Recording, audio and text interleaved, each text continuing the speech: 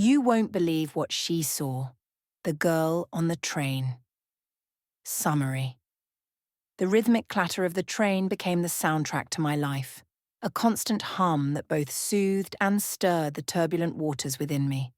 Every morning and evening I'd press my forehead against the cool windowpane, watching the world rush by.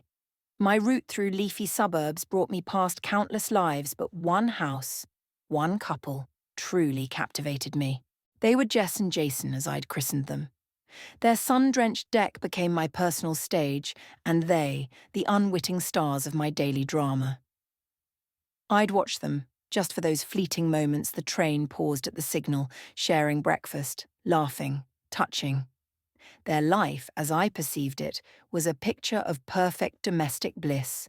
Everything I had, everything I lost, everything I longed for.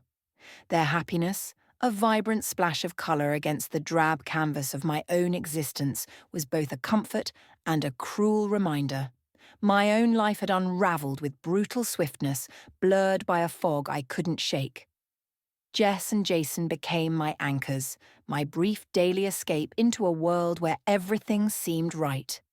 I poured my hopes and regrets into their imagined lives, clinging to the beautiful illusion with desperate tenacity. Then came that day.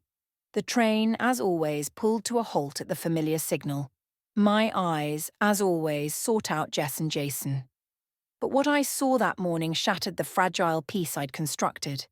It was a fleeting glimpse, a mere minute, but it seared itself into my mind, vivid and terrifying. Everything changed in that instant. The world, which had been dull and predictable, suddenly sharpened, its edges jagged and threatening. My perfect illusion of Jess and Jason's life was irrevocably shattered. I couldn't unsee it. The image replayed in my mind, a relentless loop demanding attention. How can I return to being the anonymous observer? I tried to rationalize it, to dismiss it, but the conviction remained. I had to do something. I had to tell someone. The urge was overwhelming, a desperate need to tear down the wall between my solitary observations and the terrifying reality I'd stumbled upon. So, I went to the police. The words tumbled out, disjointed and frantic. I told them what I saw, but I could feel their skepticism, a cold, dismissive wall rising between us. They looked at me with unnerving politeness, a hint of pity in their eyes that felt like an accusation. Was I unreliable? They certainly seemed to think so. The doubt they cast upon me began to seep into my own thoughts, twisting my memories until even I questioned what was real. Yet, despite their skepticism, I found myself drawn deeper into the unfolding mystery. The initial act of reporting what I'd seen had opened a door I couldn't now close. I became entangled, not just in the official investigation, but in the lives of everyone connected to it. The lines between observer and participant blurred, then vanished entirely. I was no longer just the girl on the train.